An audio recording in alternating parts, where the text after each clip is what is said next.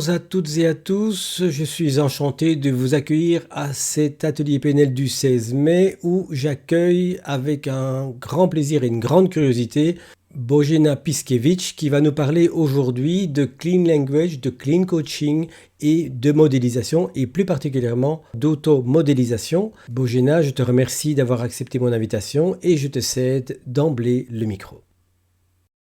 Alors, qu'est-ce que vous aimeriez qu'il arrive pendant cet atelier et avec quoi vous aimeriez repartir? Et je vous invite à noter dans le chat en notant votre nom et votre prénom. Comme ça, nous ferons connaissance d'une manière plus personnalisée. Je vais vous parler, je vais partager avec vous une façon de faire de la modélisation. Je suis une ancienne PNListe et j'ai beaucoup pratiqué la PNL et je voudrais savoir si vous êtes tous formés à la PNL. Est-ce qu'il y en a qui ne le sont pas? Ce sera plus. Mais pour ceux qui ne le sont pas, si je fais des comparaisons avec la PNL, c'est OK pour vous? On est quand même sur un groupe qui est orienté sur PNL, donc a priori, ce sont des personnes qui sont au minimum intéressées et au mieux formateurs en PNL. Donc, on est tout bon. OK. Alors, l'idée de cet atelier, de cet échange, vient de Christian qui m'a contacté et qui a partagé avec moi sa passion pour la modélisation et la modélisation systémique. Et comme c'est là que j'ai pu proposer que je pourrais faire quelque chose sur la modélisation avec la métaphore. Et c'est ça que j'aimerais partager avec vous. Alors, dans le déroulement de cette soirée, ce que je prévois, c'est de partager avec vous un diaporama pour illustrer la manière dont ça se passe avec la métaphore et le clean language, comment on accompagne les clients en coaching en les aidant à s'automodéliser. Ce sera ça le sujet. Je vais d'abord partager avec vous un diaporama pour mettre au pot commun une connaissance, comment on peut accompagner quelqu'un avec la métaphore et le clean language pour l'aider à modéliser sa compétence. C'est un petit peu différent déjà de la PNL, parce qu'en PNL, c'est le maître praticien qui modélise le client et qui l'aide ensuite à modifier sa stratégie de compétences, de problèmes, selon l'objectif du client. Et là, je vais vous laisser découvrir comment on peut accompagner le client pour que ce soit le client lui-même qui s'automodélise. Et nous nous sommes mis d'accord avec Christian que nous pouvons interagir. Je ne souhaite pas faire un exposé. Je préfère que vous laissiez aussi l'espace pour pouvoir m'interrompre raisonnablement. Et c'est Christian qui va être modérateur. Et je répondrai à vos questions. Ensuite, ça va durer à peu près un quart d'heure, je suppose.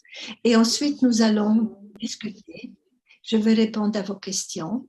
Et comme a dit Christian, ça va se passer dans la bonne humeur et dans la spontanéité.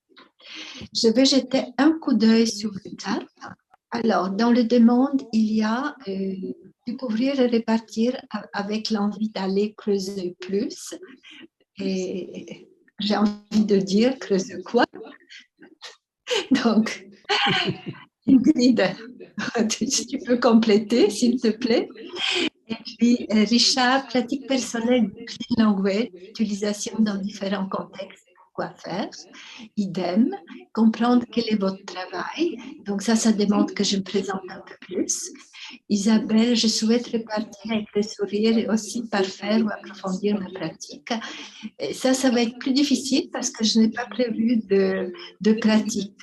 Mais bon, je pourrais vous indiquer les pistes pour le faire. Et pourquoi ancienne PNListe, abandon pour quelle raison? C'est pas un abandon, c'est une transformation. Et les clean m'intéressent plus que les métaphores. Les métaphores m'intéressent beaucoup. Et puis, protocole de clean language, répartir avec un protocole. Non, c'est pas vraiment le sujet. C'est la liaison de Bojana qui me semble faible. C'est-à-dire, Michel, qu'est-ce que tu entends par la liaison qui te semble faible? Alors, j'ai l'impression que ta liaison est voilà, pas très bonne. Et c'est juste lorsque, en tout cas personnellement, j'ai ton image, qu'elle est moins bonne que l'image que j'ai d'autres personnes. Et j'en déduis que la liaison au sens télécommunication n'est pas bonne, spécialement dans ton cas, je crois. Hein, c'est comme ça que je comprends les choses. Et alors, je regarde mon Wi-Fi, il a quatre tirés, donc normalement, ça devrait marcher. On va faire avec ce qu'on a, comme on dit. Non, non, mais tout à fait. Non, non, mais je veux dire par là que, si tu veux, je crois que c'est l'explication du son qui n'est pas forcément toujours, en tout cas pour moi, constant. Ouais. Okay. Bon, il faudra qu'on passe avec. Oui. La semaine dernière, j'ai fait une autre conférence à laquelle a assisté Caroline et nous n'avions pas ce problème. Et ce n'était pas sur mon Zoom, c'était sur le Zoom de la personne qui m'invitait. Donc, bon, je vous propose qu'on fasse avec ce qu'on a parce qu'on ne va pas passer trop de temps. Donc, après avoir regardé vos attentes, je vais me présenter un peu davantage. Donc, je suis coach, j'ai exercé comme coach, j'étais également enseignante en PNL et j'ai évolué. Je suis quelqu'un de curieux dans la vie et quand j'ai fait trop longtemps une chose, j'ai envie de passer à autre chose. Car ce qui me motive, c'est la curiosité, la découverte du nouveau. Et je n'aime pas m'ennuyer. Je suis très heureuse de vous rencontrer et de vous proposer de ne pas nous ennuyer ensemble. Alors, j'étais enseignante en PNL pendant 10 ans. J'ai enseigné la PNL en polonais en Pologne. J'étais la première à le faire en polonais. Et puis, ensuite, j'ai rencontré David Grob et puis l'approche métaphorique.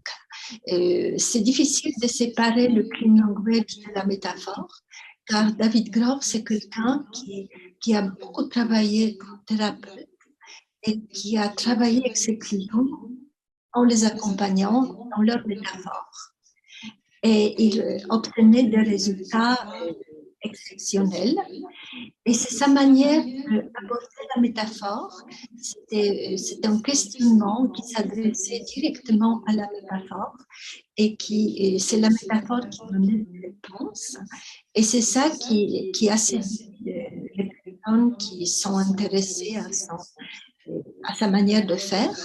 Et vous connaissez déjà le principe. C'est Richard Bandler et Grinder qui ont modélisé Saphir et Erickson et qui ont fait la programmation neurolinguistique.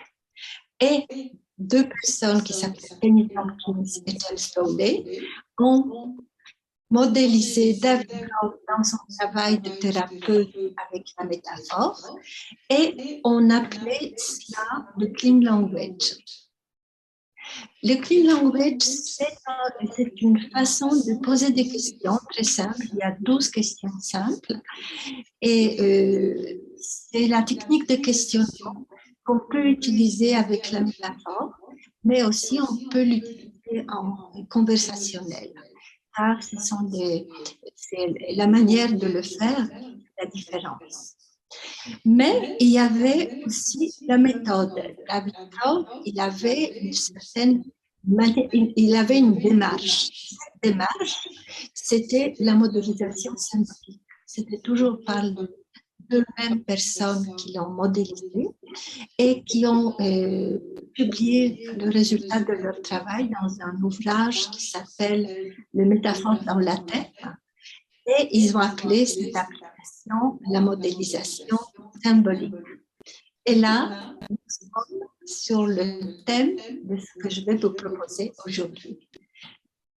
Alors, ça, c'est ma présentation de moi. Et si vous avez une curiosité pour des aspects que je n'ai pas abordés, posez-moi les questions par chat et puis j'y répondrai. Alors, voilà le diaporama. Ah, il faut que je fasse le partage. Voilà, c'est bon. Alors, ça, c'est le titre. Et c'est là, je vais vous parler de la métaphore du clean et de la modélisation. Et je vais me servir pour cela d'un exemple de... voilà, ça n'est pas tout à fait ce que je veux. Voilà, je présente Simon. Simon est un chef d'entreprise qui est venu faire une séance de coaching avec moi. Je le connaissais par d'autres séances. Et il a son problème, c'est que quand il ne sait pas faire deux choses à la fois. Quand il est sur un projet, quand il est en concentration très intensément, il est incapable d'être en relation, de communiquer, de répondre à des gens qui s'adressent à lui. Et c'est un peu gênant parce que c'est un chef d'entreprise qui a créé avec 6 partenaires. Et les gens sont habitués de le trouver, de résoudre des problèmes, de lui parler des projets, et ce n'est pas possible. Alors, il pose comme l'objectif de la séance, quand je lui pose la question qu'est-ce qu'il aimerait par rapport à ce problème, il répond, j'aimerais préserver mon mécanisme protecteur et améliorer les relations avec mes collaborateurs. Et 2 mots sur qu'est-ce que c'est modéliser avec la métaphore.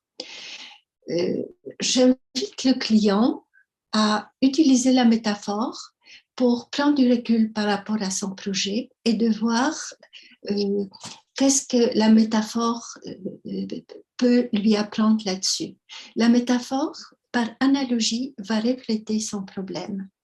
Et ça permet de quitter les ornières de la pensée et rester dans le rationnel. On a tendance à tester plutôt les solutions que de réfléchir sur l'organisation, sur le schéma du problème. Comme il est d'accord, je lui pose les questions et ce sera la première question pour modéliser sa façon de faire son fonctionnement. La première question, c'est ce mécanisme protecteur que tu veux préserver à tout prix. Ce mécanisme-là, c'est comme quoi? C'est une question qui permet à la métaphore de se manifester. Celle qui vient à l'esprit de Simon, c'est comme une réflexion, c'est une réflexion globale qui est dans une boîte noire. Je l'invite à ce moment-là à dessiner. J'utilise le dessin comme le support de la métaphore et de la métaphorisation. Et le client, s'ils sont résistants au départ, je leur explique en quoi consiste la méthode. Je les encourage en leur disant ce n'est pas important que le dessin soit beau, c'est juste un support de travail. Et vous voyez, il commence à dessiner et il dessine, si vous regardez bien, une tête avec une boîte au niveau du front. Ça, c'est la boîte noire dans laquelle il s'enferme quand il est dans la réflexion. Ensuite, je développe cette métaphore-là avec d'autres questions du clean language. C'est le questionnement qui est adapté à la métaphore en demandant est-ce qu'il y a autre chose à propos de cette boîte et c'est quel genre de boîte et où est-ce qu'elle est. Et en réponse à tout ça, j'obtiens des informations que nous allons appeler des symboles. Et Simon, au fur et à mesure que les réponses lui viennent, il rajoute des éléments, des symboles sur son dessin. Alors, si vous regardez bien, il y a la boîte noire, là, au niveau de son front, et il rajoute les flèches vertes il explique, ces flèches vertes, c'est comme les relations qui veulent rentrer, mais moi, je ne peux pas les accueillir parce que je suis en réflexion, ça va me perturber, ça va interrompre mon processus de concentration. Alors, je mets un stop, je mets un cercle rouge pour dire à la flèche qui veut à tout prix rentrer là où se trouve la boîte noire, je lui dis stop.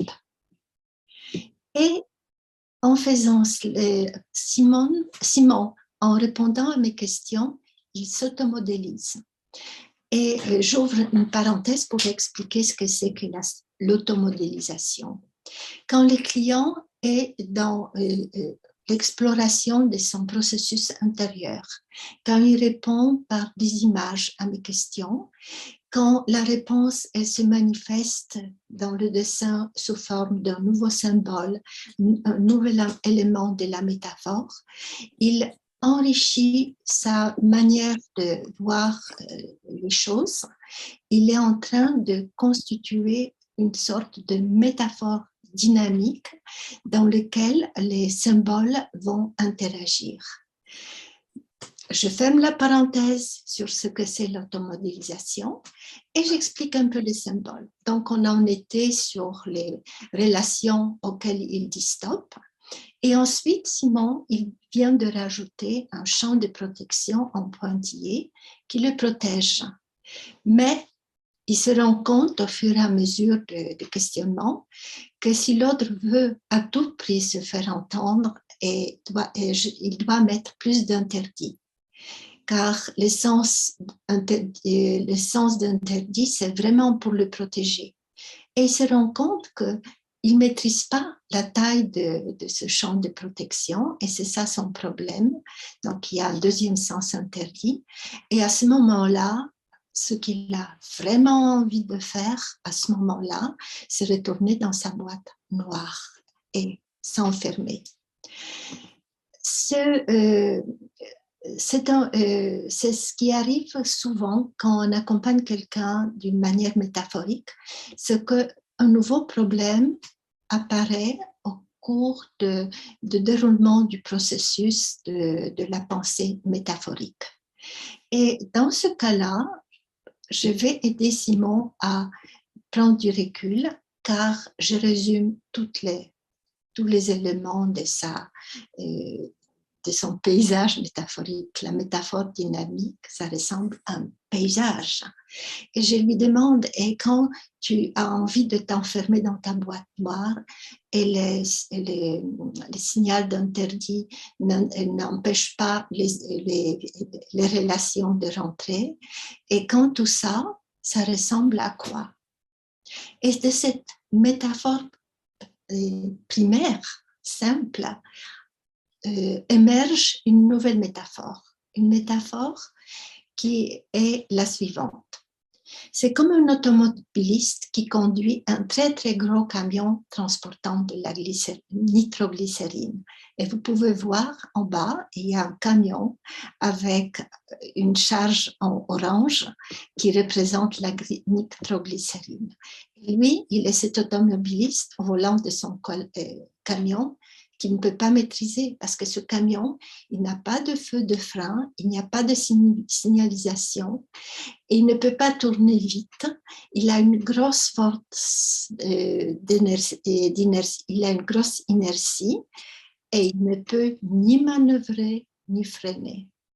Ce qui est intéressant dans cette deuxième métaphore, si vous faites une image, car c'est ce qui arrive quand le facilitateur coach accompagne quelqu'un, il a des images. Donc, si vous faites une image de ce que c'est que de conduire un camion de nitroglycérine sur une route où il y a d'autres automobilistes, vous voyez, il y a d'autres automobilistes qui apparaissent, alors c'est dangereux. Et là, il est en relation avec les autres. Les autres, ce sont ces relations qu'il ne peut pas autoriser à rentrer dans sa boîte. Mais la métaphore systémique, elle va parler de relations et de relations de cause-effet. quand quelqu'un veut rentrer, comment il réagit. Quand il conduit le camion, qu'est-ce qui se passe ensuite? Qu'est-ce qui se passe avec les autres automobilistes? Et quand je lui demande, par rapport à ce problème systémique qui apparaît dans sa métaphore, et cet automobiliste, qu'est-ce qu'il aimerait qu'il arrive? Il me répond, et tout en dessinant en même temps la réponse, il aimerait avoir plus d'espace de manœuvre. Et il indique avec une flèche verte et il écrit distance, un espace, une distance de sécurité.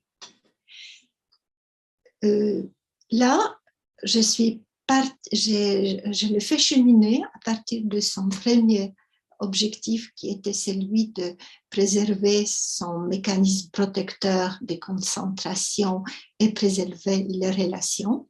Et au début, nous avons travaillé surtout sur le mécanisme protecteur. Mais là, il y a aussi les relations. Donc, quand il demande, quand il se rend compte de cela, je lui pose la question pour trouver des solutions. Qu'est-ce qui doit se passer pour garder la distance? C'est une nouvelle série de questions et vous voyez, je suis toujours en interaction avec les métaphores, les deux métaphores de Simon. Je pose les questions au Simon, je regarde avec lui son dessin, je regarde ce qu'il dessine et d'ailleurs, lui, si vous le regardez sur les photos, il ne me regarde pas. Il est en relation, en rapport avec sa métaphore et son dessin. Donc, la première solution qui émerge, c'est un dispositif de sécurité pour garder la distance. Et pour que ce mécanisme-là, ce qui lui vient comme image, c'est l'équaliseur. Et devant nos yeux, il commence à dessiner un mécanisme dans un rectangle dans lequel il commence par mettre 3 flèches qui correspondent à l'énergie globale, les relations et puis le filtrage. Et puis, il met aussi des curseurs parce qu'il dit qu'il voudrait pouvoir mettre 80% d'énergie sur la concentration, 10% pour la relation et 10% pour filtrer. Vous avez un joli diagramme de Pareto tout à fait en haut de la boîte. Alors, pour réaliser ce mécanisme, je lui demande et d'où pourrait venir l'équaliseur. Et la réponse, c'est la respiration. Cet équaliseur, il pourrait venir de sa respiration. Là, je vous montre l'ensemble de son dessin et vous voyez en haut, il y a le schéma de fonctionnement. Il y a ce camion fou qui conduit sans frein et qui a besoin d'une distance de sécurité pour ne pas être attrapé et pour ne pas avoir un accident avec d'autres automobilistes. Sa solution, c'est l'équaliseur. C'est pas très français, mais c'est exactement le mot que Simon utilise. Et dans l'équaliseur, il y a ce mécanisme de filtrage et d'affecter l'énergie plus là, moins là, et selon les interactions, pouvoir le gérer. Donc, il a les filtres, intégrateurs et le processing. Et la ressource pour obtenir ça, c'est la respiration. Et c'est là qu'il dit que si la respiration est vraiment le mécanisme qui lui permet d'être connecté à lui et de pouvoir gérer à la fois les interactions et son mécanisme de concentration.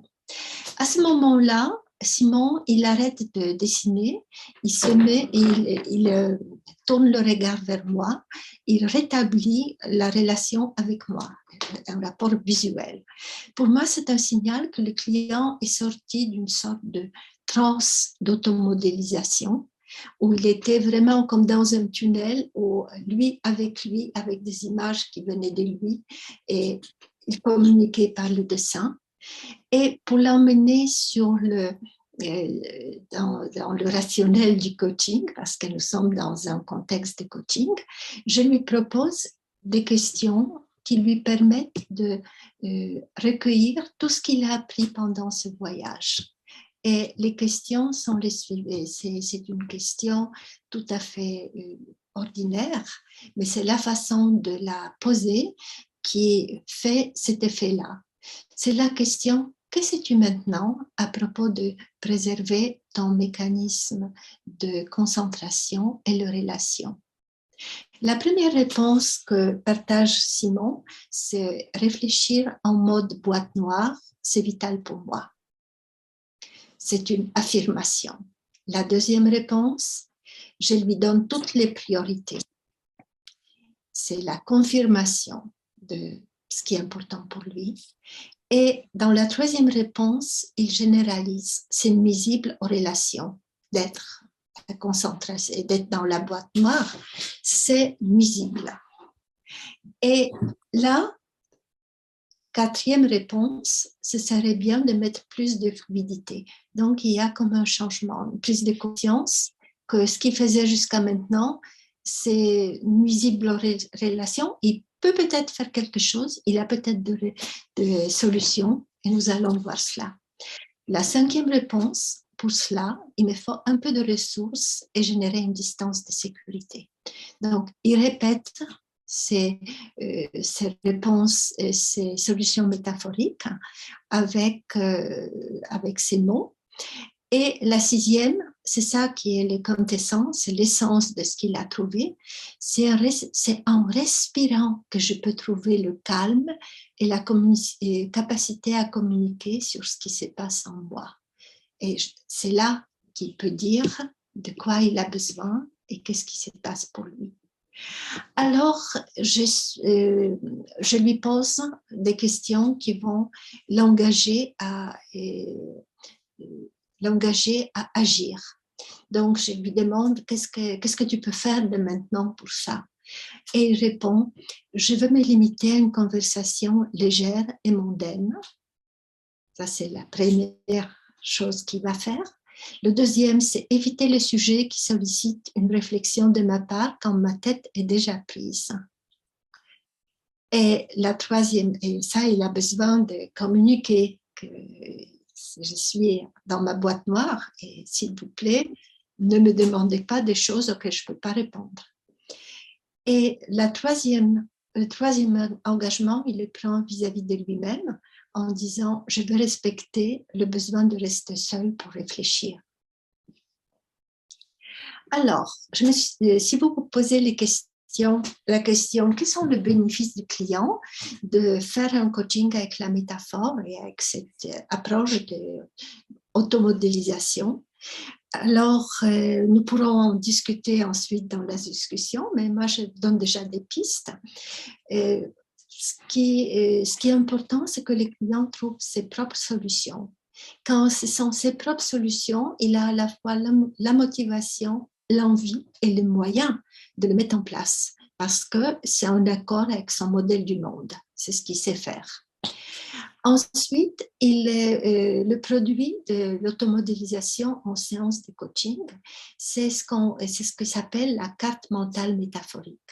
C'est comme une carte où chaque symbole indique un élément qui est important pour soi, soit une valeur, soit un besoin, soit une limite à respecter.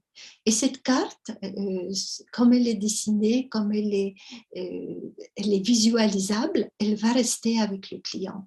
Et c'est ce que disent le client en clean coaching, ce qu'ils se souviennent de leur carte et que quand ils ont besoin dans une situation donnée, c'est comme si la carte, elle s'impose d'elle-même. Et puis, l'automotivation, ça vient du fait qu'on ne peut pas motiver quelqu'un. Par contre, on peut créer les conditions de l'automotivation où la personne, elle se sent comprise, elle se sent reconnue dans la vérité, dans son comportement, dans ce qui est vrai pour elle. Et puis, elle trouve le sens, elle comprend ce qui se passe sur elle, elle donne le sens à ses comportements, à ses fonctionnements, elle prend conscience aussi de ses valeurs. Souvent, le sens vient lorsqu'on fait le lien avec une valeur et les besoins qu'on a pour satisfaire cette valeur. Et ça génère l'automotivation et l'envie d'agir en fonction de ce qu'on a découvert, en fonction de soi-même. Et puis aussi l'engagement dans l'action, car on demande vraiment qu'est-ce que tu peux faire de maintenant. Et il y a un cinquième bénéfice que je n'ai pas mis, mais je peux le dire oralement, c'est que en accompagnant le client en coaching, le client trouve des solutions et il fonctionne selon son modèle du monde, dans sa manière de fonctionner. Et le changement qu'il va mettre dans sa vie, ça lui paraît tellement naturel que quand il vient pour la séance suivante, où je fais le checking des objectifs de coaching, est-ce que cet objectif il est atteint, est-ce que celui-là aussi, il dit « Ah, celui-là, ben bien sûr, il est déjà en place. » Et surtout quand ça concerne le problème. Ils s'étonnent, ils disent « Ah, mais j'ai plus ce problème. » Donc, ça, c'est le bénéfice client facilitateur, c'est double, parce que ça nous permet d'être d'être léger comme coach. Et je reviens sur je propose cette définition d'automodélisation. Automodélisation, c'est une démarche personnelle d'exploration de son espace intérieur en utilisant les métaphores et les symboles pour créer une carte personnelle de sa vision du monde. Et le facilitateur et coach, il est auxiliaire de ce processus. Il ne conduit pas le client dans le processus, il l'accompagne, car il pose des questions en fonction des réponses du client et lui permet d'aller plus loin, où il attire son attention sur un espace de son image, de cette image, où les clients ne seraient pas allés naturellement, parce que c'est une question qui le déroute. Parfois, les questions clean sont très simples, il y en a 12, ce sont des questions ordinaires, je vous ai donné quelques exemples. Qu'est-ce que tu aimerais qu'il se passe? Et c'est comme quoi? Y a-t-il autre chose à propos? Qu'est-ce qui doit se passer? C'est des questions qui sont faussement fermées, mais faussement parce qu'elles reflètent les réponses des clients. Et le facilitateur coach, pour réussir dans sa mission, il se sert des valeurs suivantes.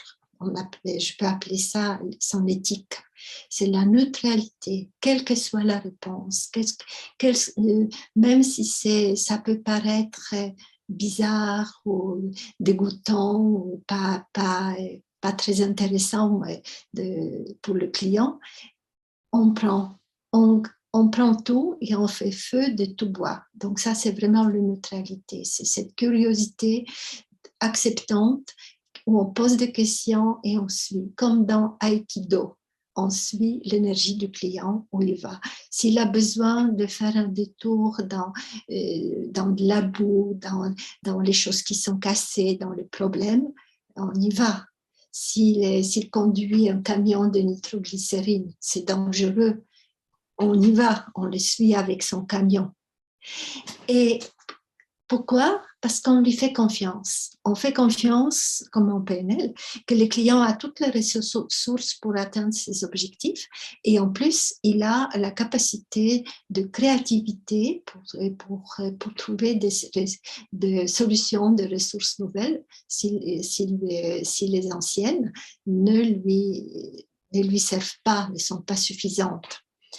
Et le minimalisme, ça fait référence au questionnement clean, qui est vraiment réponse du client, reprise de certains mots de ce qu'il dit, une reprise exactement tels que les mots sont prononcés par le client, poser la question et attendre. On utilise beaucoup le silence, car dans ce processus, la réponse, elle vient d'ailleurs. Elle vient d'une sorte d'inconscient,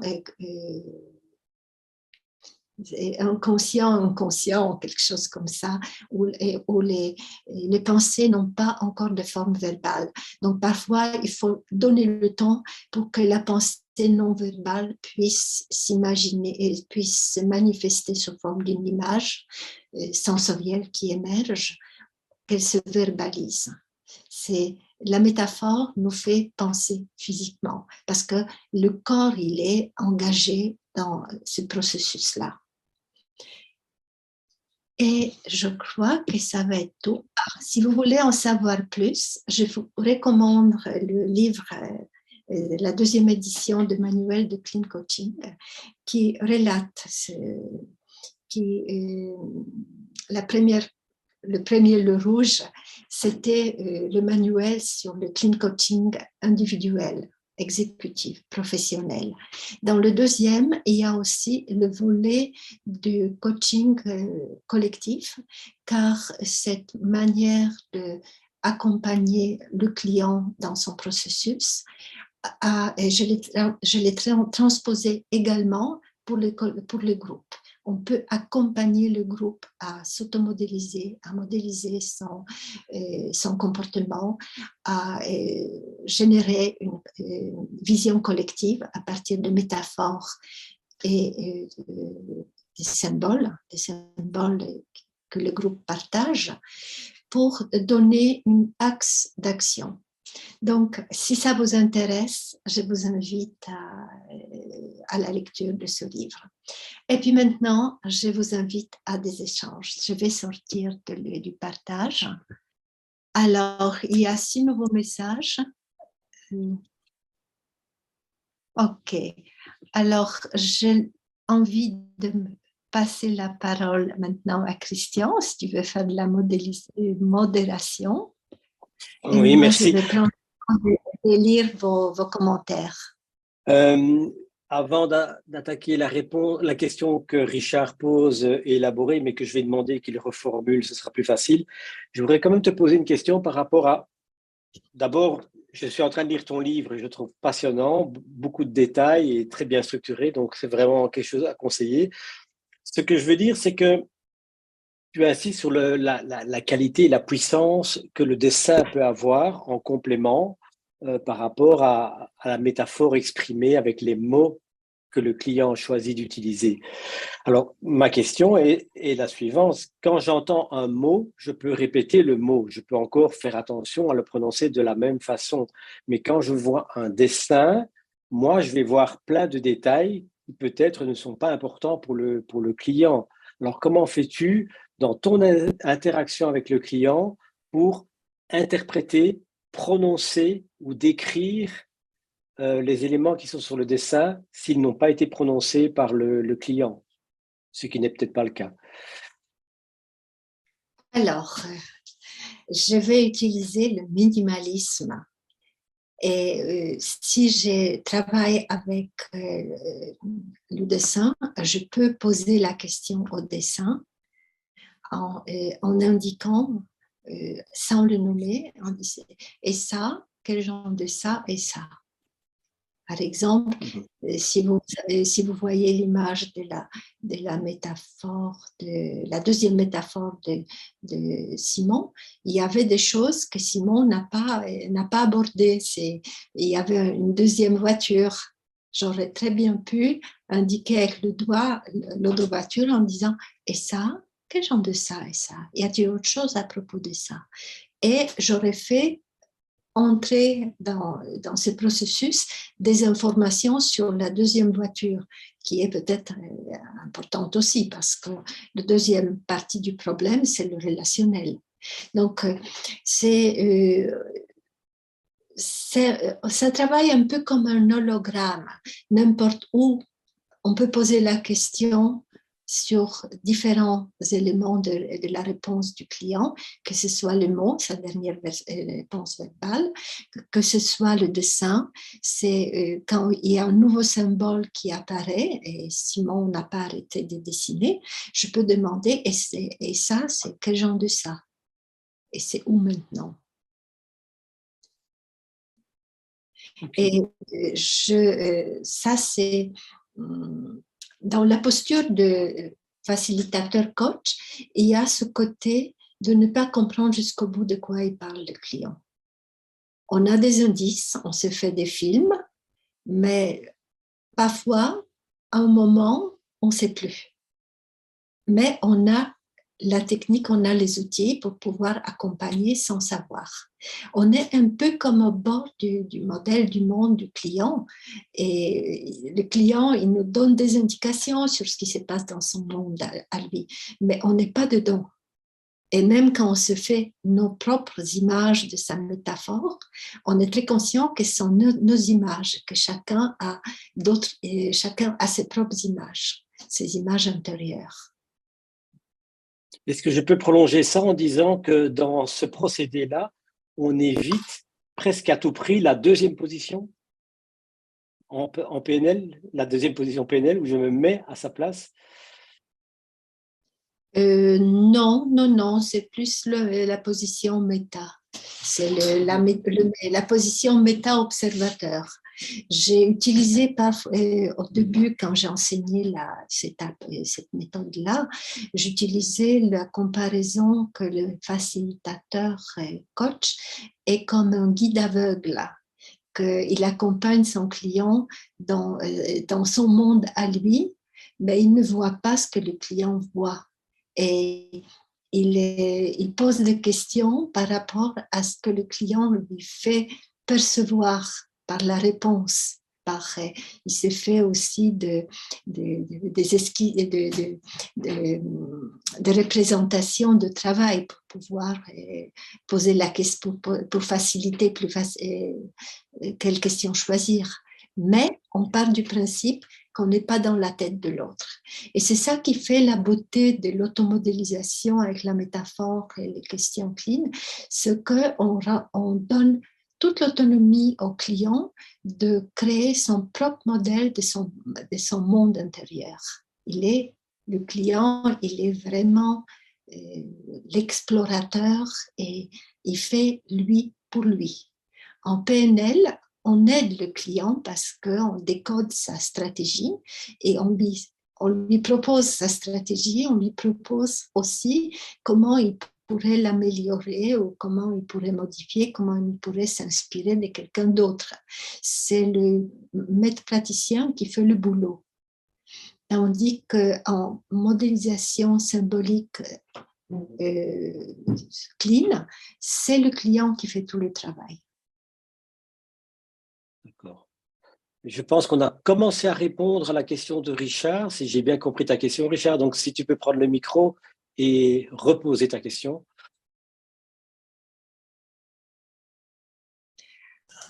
Voilà. Tout le monde m'entend? Oui, Ouais. d'accord. Oui, je t'entends. Oui et non. Je vais reposer ma question. J'en avais trois d'ailleurs, mais on va commencer par la première. La différence, à un moment donné, j'ai entendu le coach accompagne le client dans le processus et il y avait une différence qui était faite entre le coach et en Clean Language et la PNL qui manifestement n'était pas perçu comme dans un processus d'accompagnement.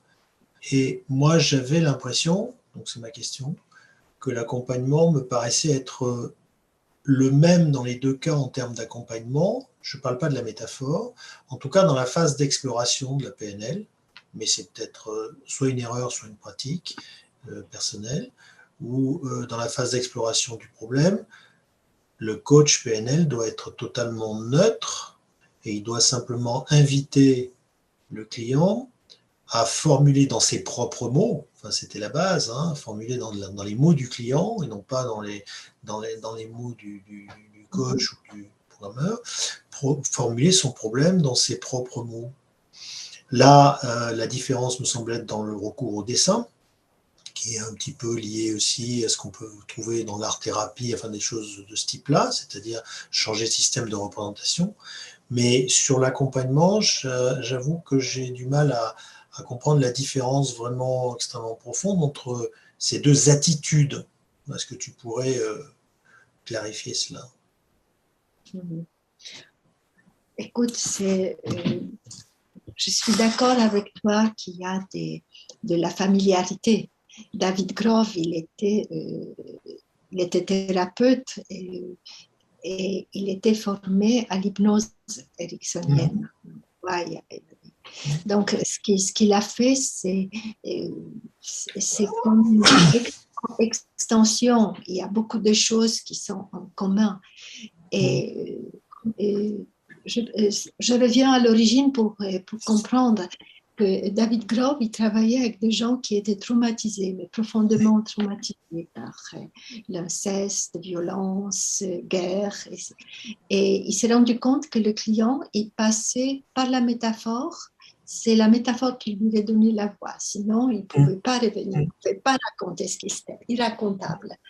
Et c'est pour ça qu'il a créé cette attitude qui est un peu à côté, où laisse le client à rester avec ces images intérieures qui sont rattachées à ce qu'il a vécu. Et ça crée une sorte d'attitude qui est à la fois avec et à la fois à côté.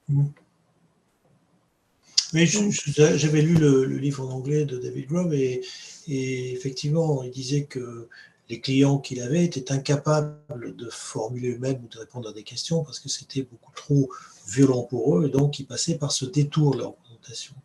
Donc ça, c'était plus pour, de son point de vue, qu'ils soient capables de se représenter eux-mêmes la violence de ce qu'ils avaient subi, le problème, etc. Donc ça me paraît, enfin, c'est cohérent. Mais j'avais une deuxième question, donc c'est cohérent aussi avec l'hypnose ericksonienne, bien sûr, mais j'avais une deuxième question qui est justement l'après, c'est-à-dire il y avait cette phase dont il parlait qui était que le client se réapproprie sa propre histoire au travers de la métaphore parce qu'il ne pouvait pas se la réapproprier autrement, c'était trop violent, ce qui lui arrivait. Mais après, la question que je me pose, donc, c'est la deuxième question. Là, manifestement, dans l'approche du Clean English, ça correspond aussi à ce que j'avais lu dans la traduction française des métaphores plein la tête, on laisse le client, en quelque sorte, organiser, trouver ses propres solutions. Et la question que je me pose en bon PNListe, c'est est-ce qu'il est toujours capable de le faire? C'est-à-dire, est-ce qu'il est toujours capable de trouver ses propres solutions? J'imagine. La question que j'ai toujours, mais je la pose comme ça, c'est juste une interrogation, c'est que s'il était capable de le faire, peut-être qu'il l'aurait fait. Donc, est-ce que là, ça suffit pour qu'il ait sa représentation du problème, c'est sûr, mais pour qu'il puisse mettre en place les solutions et surtout pour qu'il puisse les intégrer? C'est ma question, en fait. Ou alors, ça passe par des formes d'hypnose très, très légères, des formes de transe, de transformation très légères, je ne sais pas. À ton avis, ça fonctionne comment? Oui, et ta question, elle est complexe. Alors, sur quoi tu aimerais attirer mon attention? Les solutions. La question, c'est vraiment les solutions. C'est-à-dire qu'à un moment donné, comme tu l'as dit, il y a une émergence cognitive, c'est ce que tu as dit, donc Alors, des questions récapitulatives. Oui. Et après, il y a des engagements par rapport à la situation et à lui-même. Ok. Ça, sont les solutions. C'est ce qui permet de résoudre le problème. Ok, donc je vais répondre. Comment dire?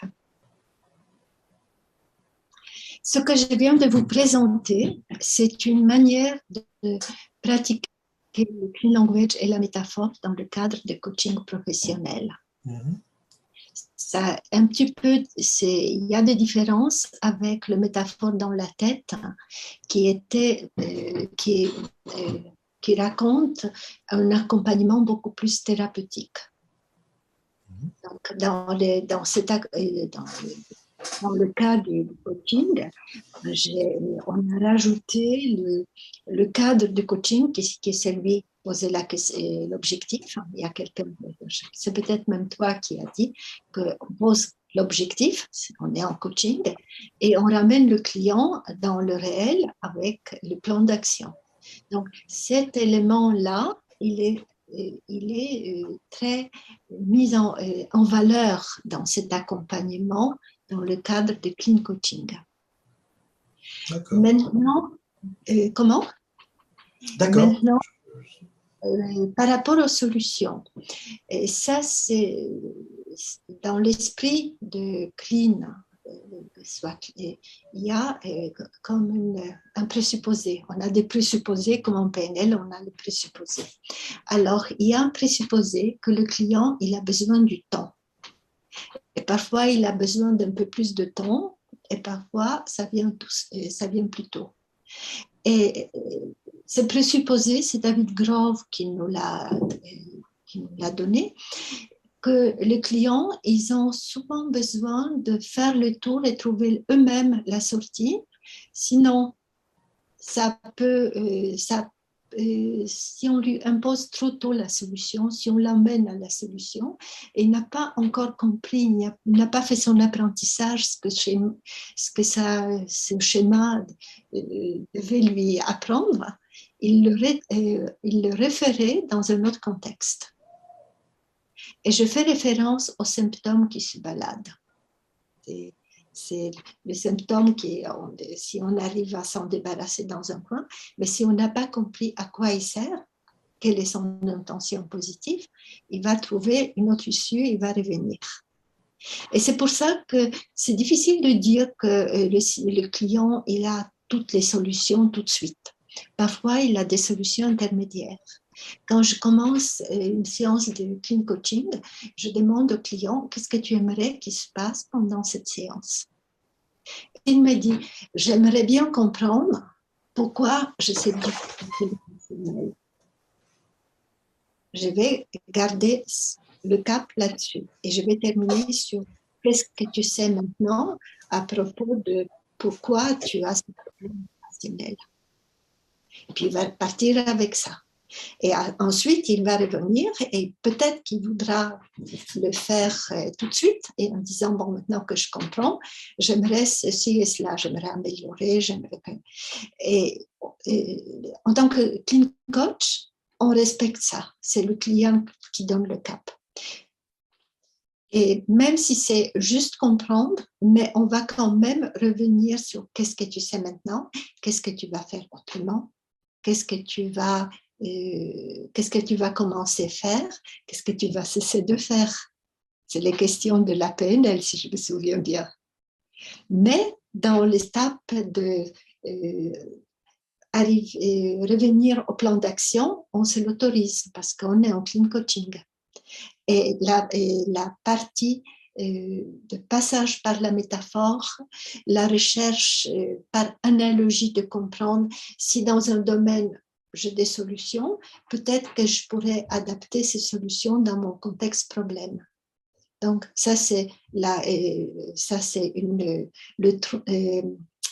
le cœur de l'accompagnement. Et ensuite, on aide le client à réorganiser tout cela, mais dans le contexte professionnel.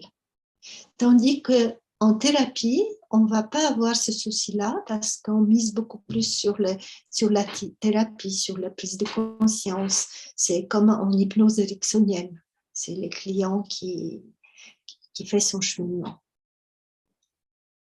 Est-ce que c'est clair? Est-ce que j'ai répondu? Pas vraiment. Ou est-ce qu'il y a un doute? J'ai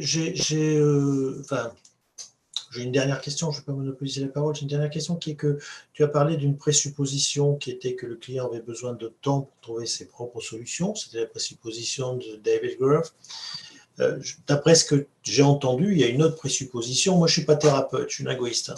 Donc, il y a une autre présupposition qui est que le client n'a pas besoin d'aide pour changer ce qu'il a à changer dans son problème, qu'il peut le faire tout seul avec ce temps-là. Alors, c'est une présupposition qui est tout à fait comme toutes les présuppositions, hein, mais qui correspond peut-être pas toujours à tous les problèmes. Et je ne parle pas de problèmes de thérapie, hein, je parle des problèmes. Moi, j'ai des problèmes, j'ai des étudiants, etc. Donc, j'ai des problèmes qui sont des problèmes purement de travail aussi, d'organisation, etc. Et la question donc je me pose, c'est est-ce que cette présupposition est vraie? Mais là, c'est une question que je partirai avec, hein, comme tout le monde. Et deuxièmement, cette question-là me paraît être articulée avec une remarque qui est que ça, finalement, ça ressemble à quelque chose que j'ai pratiqué il y a très longtemps, qui s'appelait l'approche rogérienne, de Carl Rogers, qui consiste à justement poser des questions pour que le client lui-même, pour que la personne elle-même prenne conscience, et puis après lui dire finalement, bah, c'est vous qui faites le travail. Enfin, je ne sais pas si tu connais l'approche rogérienne, et ça m'a fait penser un petit peu à ça. C'est pas la même chose, puisqu'il n'y a pas le détour par la métaphore, tout ça, mais ça m'a fait un petit peu penser à ce genre de choses. Voilà, c'est-à-dire une liberté qui est laissée totale, qui est laissée au client. Et donc, je comprends mieux l'idée qu'on n'intervient pas du tout, on accompagne, on laisse le client, on ne le guide pas surtout. C'est-à-dire, on l'accompagne au début, puis on ne le guide pas, et c'est à lui de finalement faire le travail tout seul. Voilà, c'est ce que j'ai compris. Alors, j'espère que c'est correct. C'est un point de jonction, c'est vrai que ça c'est. Alors, peut-être que je vais regarder d'autres questions.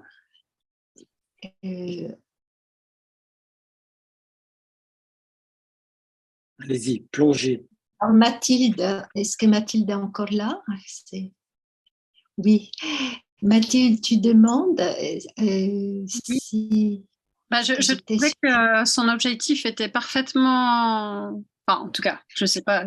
Pour lui, j'imagine et j'ose espérer qu'il était parfaitement comment dire, formulé. Mais je me suis dit qu'on arrivait rarement à une séquence en disant, bah voilà, j'aimerais préserver mon mécanisme protecteur. Enfin, sauf si, effectivement, il y a déjà eu, je dirais, un travail de préparation à ça, quoi. Oui, alors je me fais un plaisir de répondre à ça.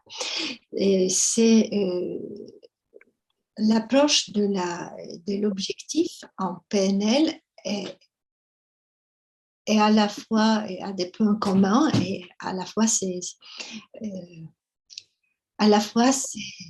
de nouveau on n'y rentre pas directement entre quel est ton objectif. Est-ce que ça dépend de toi? Est-ce qu'il est bien formulé? Est-ce que tu as les ressources pour l'atteindre? Ça, c'est la PNL. En clean coaching, on demande qu'est-ce que tu aimerais qu'il arrive dans ta vie? Et si tu l'obtenais, ça t'apporterait quoi? Quels seraient les effets? Et si c'est ce qu'on appelle un objectif intermédiaire qui permet d'atteindre un vrai objectif, avec le questionnement, on va creuser jusqu'à arriver à un véritable objectif. Parfois, le client n'est pas prêt à ça. L'objectif de Simon était double. En fait, c'était un dilemme. Je veux préserver mon mécanisme de concentration et les relations. Mais il sait très bien qu'il n'arrive pas à le faire à la fois. Donc, il pose un objectif paradoxal. Et le passage par la métaphore autorise à laisser la formulation de l'objectif, de véritable objectif pour plus tard. Dans ce cas, je demande, et pour cette séance, qu'est-ce que tu aimerais qu'il se passe pendant cette séance? Dis, mais voilà, j'aimerais bien, c'est l'objectif que vous avez vu. Mais pour faire court, je ne vous ai pas donné tout ce qu'il y avait avant, que j'explique un peu mieux, un peu plus longuement dans le livre. Je les suis dans son conversationnel. Et j'utilise la réformulation en utilisant le mot pour arriver à l'objectif. J'utilise ce questionnement pour ça. Et à un moment donné, quand il montre que c'est ça qu'il veut vraiment, et j'utilise aussi calibration, c'est-à-dire les réponses non verbales, je vois que c'est là, c'est ça ce qu'il veut.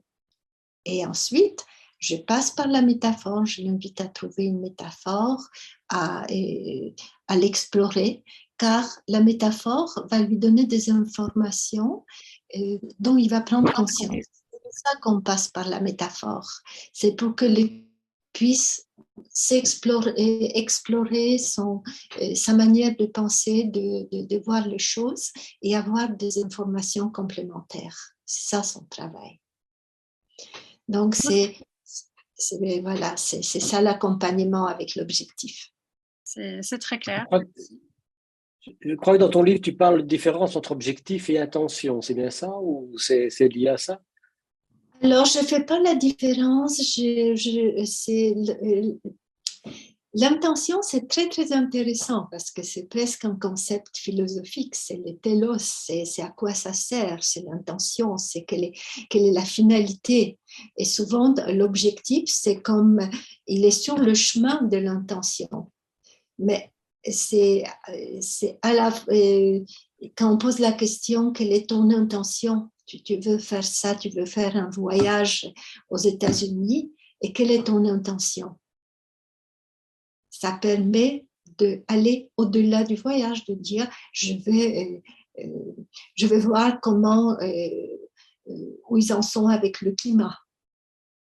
Et quand tu verras sur ça, qu'est-ce qu'il y a derrière? Qu'est-ce qui se passera ensuite? Donc, je veux creuser comme dans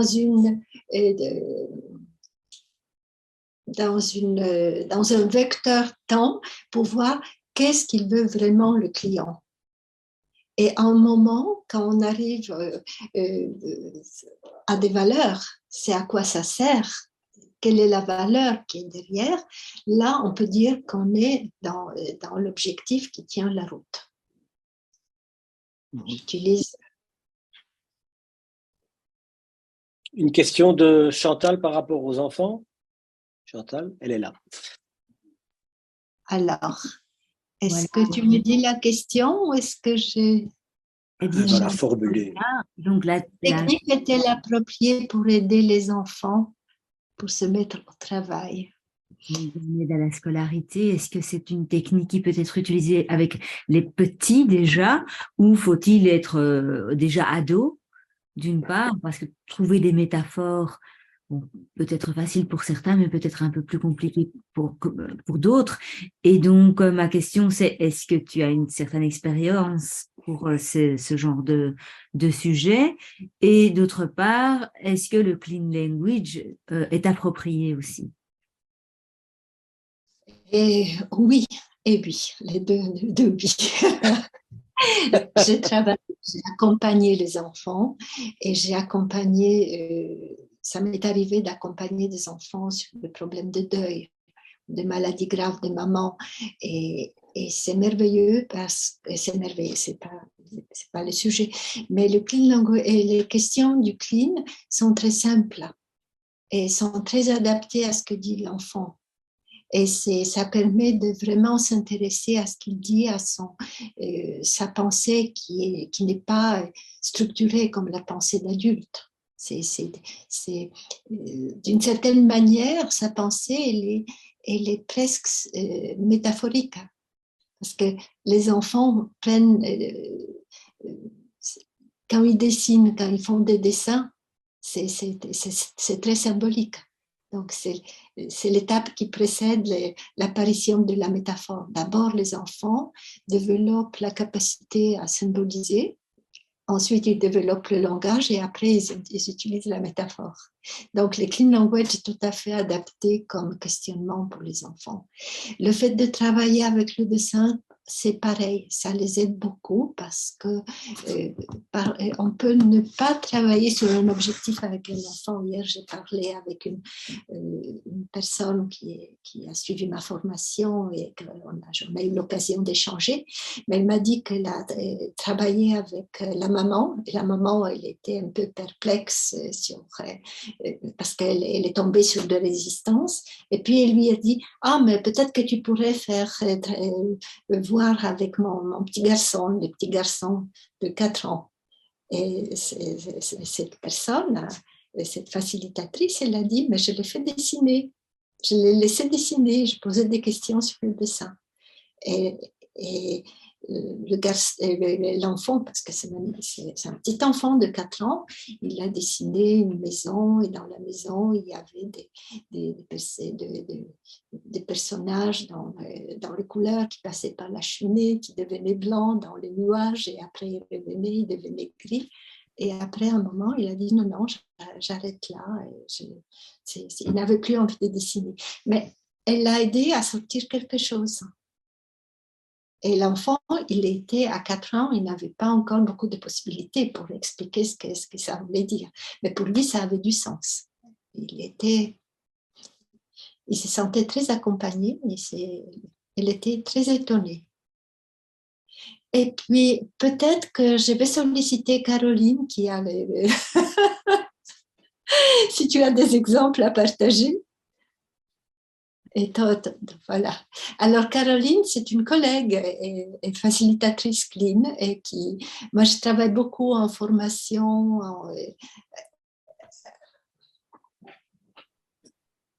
Non.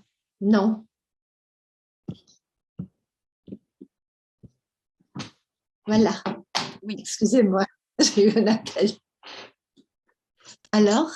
Oui, avec les enfants, moi je trouve que en tout cas le mode de fonctionnement, c'est assez génial par le dessin. Et avec j'en ai un sous les yeux, j'en ai un enfin qui par exemple avait mis par écrit son conflit intérieur entre deux parties finalement. Enfin là je le remets en lien par rapport à la PNL, mais c'était avec un questionnement clean où il y avait vraiment deux sortes de super-héros qui se combattaient, etc. Donc, avec les questions clean, ça a fait sortir le mode de fonctionnement. Et puis ensuite, aller trouver des solutions. Qu'est-ce qui doit se passer? Qu'est-ce que l'un aimerait? Qu'est-ce que l'autre aimerait? Donc, quand on connaît aussi la PNL, je trouve que c'est intéressant parce que on interroge chaque partie, chacun a un besoin ou une intention. Mais avec ces questions clean, c'est vraiment l'enfant qui... Moi, je fais un lien parce que je connais les parties, mais lui, il connaît pas. Donc, il fait son lien, il trouve sa propre solution où il y a une autre personne qui émerge, qui les combat, et donc, il y a tout son mode de fonctionnement qui émerge et puis ensuite, la solution qu'il trouve lui. Et c'est là la différence avec la PNL, c'est que là, en tout cas, l'enfant, en l'occurrence, c'est lui qui trouve tout seul ce qui va se passer, la suite de son histoire. Et après, ça fonctionne bien en retour en réalité. En fait, il y a des choses qui ont changé, qui ont bougé en lui. Voilà pour un petit témoignage. Je ne sais pas si c'était ça la question, Chantal, mais voilà, Bogène. Ça me fait penser aussi, on avait vu dans un tout premier atelier PNL, c'était Cécile Wheeler qui travaillait avec la Chosif. En fait, elle utilisait des objets à la place du dessin. Donc, elle avait une boîte d'objets et les enfants choisissaient les objets, les mettaient en place et bougeaient avec, etc., en lieu et place du dessin quelque part. Oui, merci beaucoup de rapporter ça parce qu'effectivement, le dessin, c'est un support, c'est pas un support obligatoire. Là, je vous ai présenté pour des raisons lorsqu'on visualise les choses, lorsqu'on les a vues, on se les approprie plus facilement. C'est pour ça que je choisis un exemple de coaching où vraiment j'accompagne avec le dessin. Mais on peut très bien accompagner sans dessiner, ou avec d'autres supports, ou tout simplement en accompagnant, en notant ce n'est pas indispensable. Il ne faut pas s'enfermer que le clean coaching, c'est toujours avec le dessin. D'accord. On peut travailler aussi avec les cartes, les cartes visuelles, des symboles, avec un peu le même système que dans les constellations familiales. On peut mettre des personnages, c'est pas des Lego, c'est des Playmobil. Voilà, les Playmobil font très bien. en avant les histoires, comme ils disent. Une question par rapport à la notion de métaphore dans le sens où tu l'utilises.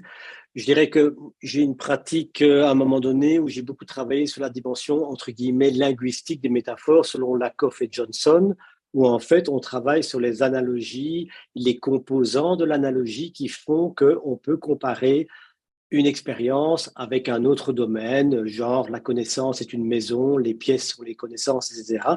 Dimension plus linguistique. Et ce que j'ai entendu aujourd'hui, mais tu vas me dire si j'ai raison ou pas, c'est plus un aspect métaphorique sous forme de symbolique, image, entendons-nous bien, représentation, plus qu'une décomposition linguistique. Juste une question comme ça. Alors, la métaphore elle est, comment dire, en linguistique, on s'intéresse beaucoup à la métaphore conceptuelle qui utilise justement la pensée par analogie.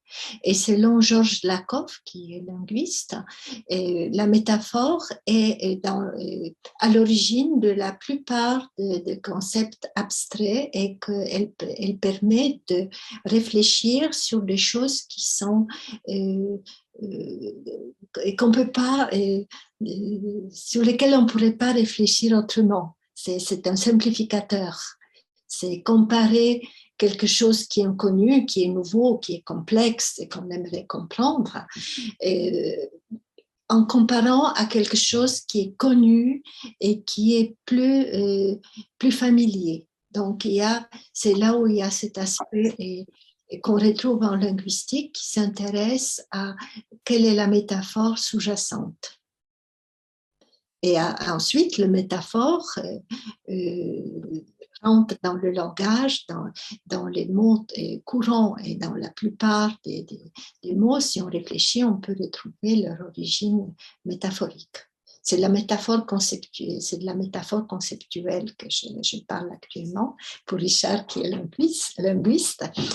Et en clean coaching, on utilise ce mécanisme. On invite le client à réfléchir sur sa problématique en passant par un domaine qui lui est connu, qui lui est familier, pour trouver un éclairage nouveau et des réponses peut-être.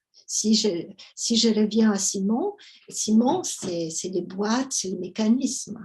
Et il a été complètement dans ce domaine-là. Il a trouvé aussi un régulateur, un équaliseur.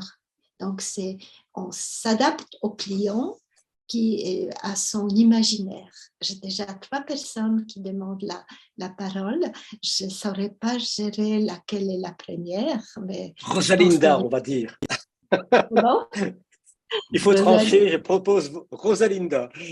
Oui, alors merci tout d'abord, c'est très intéressant. Moi, je trouvais très passionnant cette histoire de raconter la vie, de faire raconter la vie, certaines situations par les dessins. Et moi, personnellement, donc, je pratique comme PNL New Code, donc je suis formée par John Grinder et on a des choses qui sont similaires et d'autres qui sont vraiment spécifiques des protocoles. Donc, personnellement, moi, j'utilisais, par exemple, avec une fille qui avait des problèmes avec son frère, la méthode, voilà, du dessin pour l'amener en 3e position à parler de la situation. Donc, parmi les dessins qu'elle a fait. Après, donc, la prise de conscience, elle était là. Elle était là et aussi la volonté d'échanger parce qu'entre-temps, on avait parlé avant, donc elle voulait la situation différemment. Mais les dessins nous a aidés à contextualiser, à donner des noms à certaines émotions parce que les enfants ne sont pas toujours en mesure. Donc, l'effet de décrire les dessins par elles-mêmes, ça nous a aidés. Par contre, après, j'ai attaché à cette prise de conscience un protocole, on les appelle les jeux d'autres performances, pour changer d'état. Et après, j'ai ramené la fille à redessiner la suite de ces dessins-là. Donc, comme elle aurait souhaité cette fois-ci en première position, continuer les dessins. Et juste, j'étais étonnée parce qu'elle a clairement détruit la feuille et l'a redessiné autre chose. Donc, je me demande jusqu'à où arrive la prise de conscience et où on peut amener avec la suggestion, où on peut amener les clients vers les pas qu'il faut faire après. Voilà. Oui, et le dessin la métaphore qui n'est plus, elle a donné les informations qu'elle avait à donner et elle n'a plus d'utilité. Simon, il a dessiné le premier dessin avec la boîte noire, il l'a mis de côté, il a pris une nouvelle feuille, il a fait la métaphore de l'automobiliste avec le camion. C'était deux dessins différents. Et en m'inspirant de la PNL, surtout je travaille sur l'état présent quand le client il a besoin de vider son sac. Mais en même temps, vous savez très bien que ça mène à rien, ça mène pas très loin de passer trop de temps dans le problème. Donc, j'accompagne sur le problème et après, je demande et qu'est-ce que tu aimerais qu'il se passe à la place? Il fait une deuxième métaphore. Et c'est sur la deuxième qu'on travaille. Parce que avec les questions, qu'est-ce qui doit se passer pour que cette deuxième représentation se réalise, il va faire lui-même le chemin de l'état présent. Qu'est-ce qui doit se passer pour arriver à ce qu'il veut, ce qui est sa vision désirée, son état désiré. Donc c'est là où il y a... Comment? Ça passe par la visualisation, plus que par les changements d'état physique. La métaphore implique le corps. Implique la pensée physique. On ressent la métaphore. La métaphore. Et à des questions, on demande et c'est où? C'est où à peu près? C'est dedans ou c'est dehors? Est-ce que ça a une forme, une taille, une couleur? Et tout ça, ça ressemble à quoi? C'est comme une boule qui m'oppresse là. Et c'est le corps qui parle. Donc, c'est très difficile. On ne peut pas faire les distinctions entre découper et poser on ne peut pas poser les frontières. Les frontières sont poreuses. Rosalinda, c'est bon? Merci, merci. Merci beaucoup. Et puis, je passe la parole à Anna. Anna, tu es là? Paru, je ne la vois plus. Il y avait une question de Bruno, il y avait quelqu'un d'autre, mais j'ai perdu le fil parce que la Oui, main il y est avait une abaissée. troisième personne qui a Je suis là. demandé. Anna, tu es là? Oui, oui, je suis là. D'accord. Alors, tu peux bien poser ta question, s'il te plaît. Oui, merci déjà pour tout le contenu. Moi, je voulais voir par rapport à l'exemple tout à l'heure que vous avez donné par rapport à un enfant de 4 ans. Est-ce que du coup, il y a un certain cadre qui est mis pour éviter les digressions ou pour éviter les passages vers d'autres processus, ou bien est-ce que tous les processus qui sont amenés par l'enfant dans l'extraordinaire sont intéressants dans le processus? Je ne sais pas si ma question est très claire en fait. Alors, qu'est-ce que vous entendez ce que l'enfant amène dans le... C'est là où j'aurais juste besoin d'une petite précision pour répondre. Moi, je travaille avec les enfants en maison relais à rang précoce, donc qui ont entre 3 et 5 ans, et je me rends compte que déjà quand je leur propose de parler d'un sujet, si on parle par exemple des animaux de compagnie, ça arrive vite sur « Ah oui, mais moi j'avais un dragon, ah oui, mais il y avait une fée, ah oui, ceci, ah oui, cela ». Et donc, c'est ce que j'appelle des digressions. Et donc, je me dis qu'ici, dans le processus, il y a peut-être un besoin d'être plus cadré pour éviter justement ces digressions-là. Ou alors, est-ce qu'on laisse complètement libre cours et que les digressions... On laisse complètement libre et c'est la neutralité que je vous ai signalée. Tout ce qui vient, voilà, on utilise les questions et le dragon, et c'est quel genre de dragon, est-ce qu'il y a autre chose, et où il est ce dragon maintenant, et qu'est-ce que ce dragon aimerait qu'il passe, et qu'il arrive. Et ça marche très bien avec les enfants, parce que les enfants, du coup, ils racontent une histoire dans leur imaginaire. Donc, c'est tout à fait approprié, et on ne fait pas de tri. On accueille. Un J'ai tout grand répondu merci à... en tout cas. Oui, c'est parfait. Merci beaucoup. On a Caroline et Bruno. Je vous laisse prendre Alors, l'initiative. Caroline, peut-être. Oui, bon, merci beaucoup pour ce contenu. Alors, moi, j'ai une question très simple. Je suis coach, donc qui fait de la PNL aussi. Et ma question, c'est que bon, le clean, c'est-à-dire que je m'y retrouve dans ce que vous avez raconté, c'est ce que je fais quand j'accompagne les clients. Donc, je voulais savoir si vraiment la différence entre un coach lambda, si on peut dire, et quelqu'un qui pratiquerait le clean langage, c'est vraiment avoir recours à la métaphore. Et d'une façon consciente, peut-être, alors à ce moment-là. Non, pas forcément. C'est ce qui est vraiment important, c'est l'attitude clean. C'est vraiment cet accompagnement où on fait confiance au client. Et en tant que coach clean, on a une boîte à outils. Je vous ai présenté les outils et la méthode. Et c'est ça qui nous permet de rester neutre, de rester sur le bord du monde de l'autre et sans intervenir dedans. Mais c'est tout à fait possible d'utiliser d'autres outils. Et puis, nous en avons d'autres aussi, sans métaphore, qui sont celles d'utiliser l'espace. C'est l'outil qu'on appelle le clean space. C'est le questionnement d'émergence cognitive que vous en avez eu un aperçu avec la fin de la séance où je pose 6 fois la même question. Donc, ce sont ces autres outils. Et ce qui le relie, ce qui est le tronc commun, c'est cette neutralité, le minimalisme et la confiance. Confiance au processus et confiance au client. Oui, ce qui permet même aux gens qui sont, au bout de 1-3 jours de formation, peuvent commencer à pratiquer. Et par petits bouts, ils ne vont pas dérouler tous les tapis rouges. Ils vont faire des interventions à leur portée. Voilà. Et on chemine comme ça dans le processus. Est-ce que c'est bon, Caroline?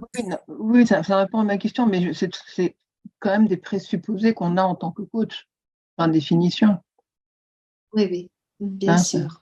Voilà, on retrouve c'est peut-être un apport de plus, peut-être. C'est vrai que quand je vous écoute, c'est vrai que je n'ai pas toujours recours à la métaphore, c'est vrai. Mais parce qu'il faut y penser. Vous n'avez pas à avoir toujours recours à la métaphore. Il y a des clients avec qui j'ai travaillé avec le clean language et qui n'avaient pas recours à la métaphore. Et là, je pense en particulier à un client, il faisait des schémas. Lui, il avait besoin de schématiser. Mais moi, j'avais les outils pour l'accompagner dans ces schémas. Et du coup, il organisait son modèle du monde à sa manière. Et moi, je n'étais pas perdue parce que j'avais les questions. Et je savais où poser l'attention, comment poser la question. Donc, la métaphore, ce n'est pas obligé. Et là, actuellement, avec le groupe de pratique qui s'appelle Lab de Clean Coaching, on travaille sur des outils hybrides qui pourraient accompagner d'autres, qui pourraient s'inspirer d'autres approches. J'ai beaucoup travaillé avec Appreciative Inquiry. Oui. Un collègue à moi a développé les Clean World Café. Et puis là, actuellement, j'ai travaillé aussi sur cette approche qui est absolument géniale. Oui, donc quand on peut hybrider les choses. C'est ça l'intelligence collective, c'est la créativité. Ok, super. Je vois que le temps avance. On va ouvrir la porte à Bruno. Sa question. Oui, et puis ce sera la dernière question. Je voulais savoir, au niveau du souffle, on a entendu parler de la PNL, de ce langage, et j'ai entendu parler de la linguistique. Comment on accompagne un client au niveau linguistique? Au niveau linguistique, c'est ça que tu dis, hein? Ouais. Allez, on accompagne qui? J'ai un petit peu du mal. On accompagne un client au niveau linguistique. Alors, je peux te dire ce que moi je fais, ce que j'utilise, les questions le questionnement du Clean Language. Il y a 12 questions de base et les questions complémentaires. Donc, il y a ces 12 questions. Et j'accompagne le client en utilisant ces mots et en posant la question. Et comme ça, nous avançons ensemble. Je ne fais rien de plus, rien de spécial. On ne va pas chercher, ça va dire, les origines de mots. Je n'ai pas compris. On ne va pas chercher les origines de mots. On ne va pas L'origine. Oui, l'origine de mots. L'origine des mots, ok. Ouais. Non, non, ce que je transmets en formation, c'est d'utiliser la formulation exacte telle que le client l'utilise. C'est ça, je vais avoir cette précision. Probablement. Est-ce que c'est bon? Est-ce que nous avons épuisé les questions et le temps? Le temps, oui. Les questions, certainement pas, parce que le sujet est vaste et ouvert et intéressant. Et je vais quand même amener à la conclusion et te remercier, Bojena, parce qu'effectivement, tu as raconté beaucoup de choses. Je ne peux que recommander le livre. Comme je te le disais par email, j'ai commencé à le lire seulement hier. Et il y a beaucoup de précisions, il y a beaucoup de détails, et c'est vraiment quelque chose qui va compléter tout ce que tu as présenté. C'est un sujet, à mon avis, vaste, qui est inépuisable probablement, et j'espère va pouvoir illustrer pour les PNListes classiques un petit peu élargir notre horizon, ce qui est en fait le but des ateliers. Je vais te laisser un dernier mot si tu veux terminer par une conclusion éventuelle, mais en tout cas, d'ores et déjà, je te remercie pour avoir proposé ça au groupe. Merci. Merci beaucoup. Et puis, je vais faire simple. Soyez curieux et osez. Ça va l'air d'être une bonne conclusion. Merci beaucoup à toi, Bojena. Merci beaucoup aux participants, Merci beaucoup. participantes. Et à suivre pour d'autres aventures encore très, très bientôt. Merci beaucoup. Au revoir. Merci. Au revoir. Ciao, ciao.